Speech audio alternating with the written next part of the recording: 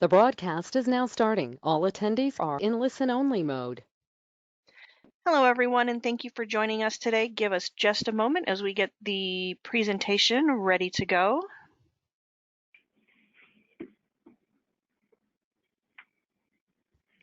That looks wonderful, Jennifer. At this time, I would like to introduce Al Jones, who is the Associate Division Director with the Office of Special Education. Al? Good afternoon, everyone. I'm Al Jones, an Associate Division Director within the Office of Special Education Program, and I am standing in for Greg Core, who regrettably could not be here with us today for this call. As you may remember, on last month's call, we discussed the FFY 2020 grant application process. As promised, we are back to present to you the Significant Disproportionality Reporting Form, also known as Section V.B. For today's call, our presenters will be Jennifer Simpson, Jennifer Finch, and Laura Duos, who all work in MSEP, and last but not, and certainly not least, Perry Williams from RTP. We will not have a question and answer portion at the end of this call. However, you are invited to ask questions through the chat feature or send your questions in through the OSEP application mailbox. That information will be available at the end of this PowerPoint presentation. Depending on the amount of questions we receive, we may hold another special call to answer those questions. If not, we'll respond to individual questions. Now, without further delay, I will turn the presentation over to Jennifer Simpson. Thank you, Al. Good afternoon, everyone. I'm Jennifer Simpson. I'm the facilitator for the program implementation team within OSEP, and that's the team responsible for the grant application process. Al just referenced the national TA call we had back in January, and that was the call where I presented the application packages for Part B and Part C. And when talking about the Part B package, I highlighted information related to significant disproportionality. So I announced at that time that we had a new section in Section 5 of the application template, where historically we've only had one section, and that section being maintenance of state financial support. Now we have a Section 5B, and Section 5B references significant disproportionality. As you may know, back in December 2016, the department published new regulations requiring states to use standard methodology to determine if significant disproportionality based on race and ethnicity is occurring in the state and with LEAs. Data to capture this information from states is to be reported on the Significant Disproportionality Reporting Form. And that is the form that we'll be discussing in detail during today's call. Before we get to that form, however, I wanted to share with you a few application reminders that apply to the Part B application template and in addition apply to the Significant Disproportionality Reporting Form. First, I just want to remind you that the application due date is May 15, 2020, and that applies to the application itself, so the grant application with the wet signature and any supporting documents that you have, and that deadline date also applies to the Significant Disproportionality Reporting Form. Now, with the grant application itself, so with that grant application template that has the wet signature, that document and any supporting documents have to be mailed to OSEP because we have to have that wet signature. And that mailing address is in the grant application memo that's a part of the package, and those documents are on GRAD 360. However, with the Significant Disproportionality Reporting Form, you're going to submit that to OSEP via a button on that document that says Submit. So that form will come directly to OSEP via our grant application mailbox, and you'll have a better understanding of that once we look at the form itself. So the main thing to keep in mind is that the form is due the same date that the application is due to OSEP. In addition, I want to remind you about public participation. So as you know, we have the public participation process that applies to the application and any policies and procedures that you might be revising or anything that might be a new policy and procedure. However, that public participation process does not apply to Section 5 of the grant application. So that means you do not have to publicly post the information that you put in the maintenance of state financial support area of Section 5, nor do you have to publicly post the significant disproportionality data that you'll be giving to us via the reporting form. Now, with the pieces that you do have to publicly post, so the application template itself and any revised or new policies and procedures, I just want to remind you that you have to publish those materials for at least 60 days prior to the date it is submitted to OSEP. So that means that the public participation deadline would be March 15th, 2020. And then if you have any policies or procedures that you're revising or that are new, that will require you to conduct hearings. Okay, that public participation process is a 60-day process, of which 30 days must be used for a period where you accept any comments. And then with regards to any public hearings that you may have to conduct, we expect you to have at least more than one hearing, and we expect that hearing to be in a different geographic area than the first hearing. But remember, hearings are only necessary for policies and procedures, not necessary for the application template itself. And as we said in previous years, you just keep that public participation documentation in your records in case we should ask to see it when we conduct a monitoring visit with your state. At this time, I'm going to turn the presentation over to Jennifer Finch and Laura Dua, who are going to talk more about the reporting form for significant disproportionality. Thank you, Jennifer, for providing us those reminders as it relates to the grant application. Laura and I will now discuss the significant disproportionality reporting form, also known as Section V.B. The significant disproportionality reporting form, or Section V.B, is a fillable PDF that is divided into 5 sections. Those sections are shown on your screen, so I won't read all of the sections. States will use the reporting form to report ratio thresholds, minimum cell sizes, minimum N sizes, standards for measuring reasonable progress, if appropriate, and rationales for each. Additionally, pursuant to the authority established in Section 618A3 of the IDEA, the Secretary is also requiring states to report the number of years of data used by your state in making annual determinations of significant disproportionality. One recommendation we do have is that you print a copy of the reporting form and complete a hard copy before submission. That way, there is no confusion as to what should be submitted and what was submitted. The significant disproportionality reporting form is located on the GRADS 360 website with the FFY 2020 Part B grant application documents. Now let's take a look at the significant disproportionality reporting form.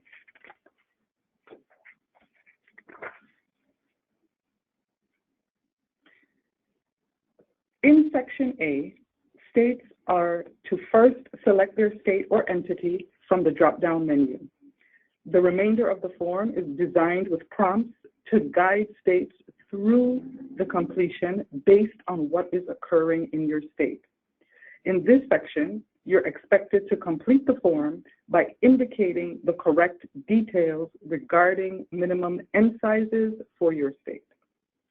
If the state established a minimum N size of 30 or less in each of the 14 required categories of analysis and has verified that the state does not expect to have a comparison group in any of the categories of analysis that meet the minimum N size, you do not need to go beyond the first question in the form. As the instructions indicate, once you've selected yes on the form, you should go to page 14, enter the name, title of the person completing the form, and as Jennifer said earlier, you click submit. If your state's N size is 30 or less in each of the 14 categories listed in this section of the form, you must provide your N size and rationale. This N size is considered presumptively reasonable. Additionally, if you use more than one minimum N size of 30 or less in the required categories, complete the table included in Section A by providing the N sizes and rationales for each category. If your state's N size is larger than 30 in one of the 14 categories, you must report the N size and the rationale, and you must also include a detailed explanation of why the numbers chosen are reasonable and how they ensure that the state is appropriately analyzing and identifying LEAs with significant disparities based on ethnicity in the identification, placement, or discipline of children with disabilities. This information can also be provided in the table in Section A. The next section, Section B, addresses cell size and guides you through similar questions you answered in Section A with regard to N size. If your state's cell size is 10 or less for each of the 14 categories of analysis listed in this section of the form, you must provide your cell size and a rationale. This cell size is considered presumptively reasonable. If you use more than one minimum cell size of 10 or less in the required categories, complete the table included in Section B by providing the cell sizes and rationales for each.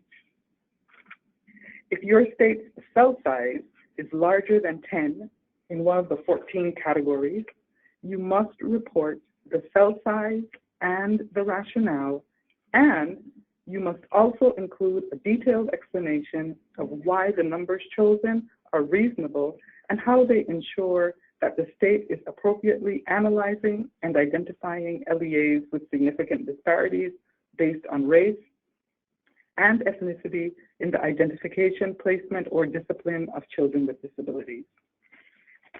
Laura? Thank you, Jennifer. The next section is Section C, which addresses risk ratio thresholds. Section C asks you to report your state's threshold over which disproportionality based on race or ethnicity is significant. If your state uses one risk ratio threshold for each of the 14 categories of analysis, then you provide the threshold and rationale for that threshold. If your state uses more than one risk ratio threshold, you must complete the table in Section C and provide the rationale for the chosen risk ratio threshold for each category. Next section is Section D, which addresses reasonable progress. Section D asks states to report whether they use the reasonable progress flexibility. If you do not use the reasonable progress flexibility, proceed to Section E of the form. If your state uses the same reasonable progress flexibility for each of the 14 categories of analysis, provide your state standard for measuring reasonable progress and your rationale in the form. If your state does not use the same reasonable progress flexibility for each of the 14 categories of analysis, complete the table in Section D by providing your state standards for reasonable progress and your rationale for each category. The last section is Section E, which deals with the number of years. Section E asks you to report the numbers of years of data used in making annual determinations of significant disproportionality. If your state uses the same number of years of data in making annual determinations for each of the 14 categories of analysis, provide the number of years of data your state uses in Table 9 in Section E. If your state does not use the same number of years of data in making annual determinations of significant disproportionality, complete Table 10 in Section E, which requires the numbers of years of data used for each category of analysis.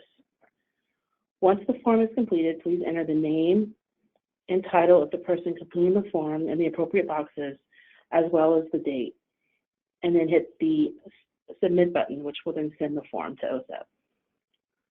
I'm going to turn the presentation over to Perry Williams. Thank you. Now that Jennifer and Laura have walked you through the elements for reporting that essentially determines how you will define significant disproportionality, or your standard methodology, I'd like to share why your collection, analysis, and reporting of these data are important. The purpose of these final regulations is to promote equity in IDEA. Specifically, the final regulations will help to ensure that states meaningfully identify LEAs with significant disproportionality, and that states assist LEAs in ensuring that children with disabilities are properly identified for services, receive necessary services in the least restrictive environment, and are not disproportionately removed from their educational placements by disciplinary removals.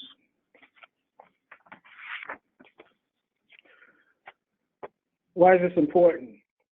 The department believes a standardized methodology states use to identify significant disproportionality will provide clarity to the public, increase comparability of data across states, and improve current policy, which has resulted in wide variations in state definitions and may prevent states from identifying the magnitude of racial and ethnic overrepresentation in special education. In addition, the department has adopted the standard methodology to ensure proper implementation of the statute, and so that LEAs with significant disparities based on race and ethnicity in identification, placement, and discipline are appropriately identified, that significant disproportionality is appropriately addressed, and that children with and without disabilities receive the services they need. On this next slide, we've included some links to available resources which will provide information on the substantive requirements of the regulation. These resources were released when the final regulation was initially issued. Please disregard any information regarding the initial implementation date of the regulation. The substantive information discussing the specifics of the regulation remain accurate and may be helpful to you. While the regulation is focused on the significant disproportionality requirements, it offers several opportunities for states, LEAs, and schools to promote equity under IDEA. As you will notice from several of the resources, improving equity in IDEA is central to effective implementation of this rule. And now I'm going to turn it back over to Jennifer.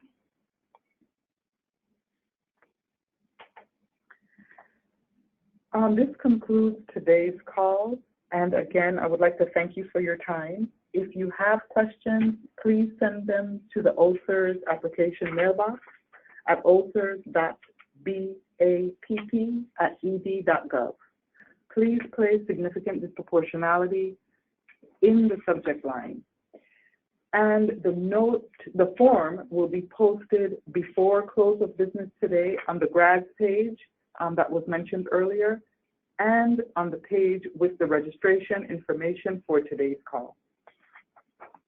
Thank you. Thank you, everyone. That concludes our event for today.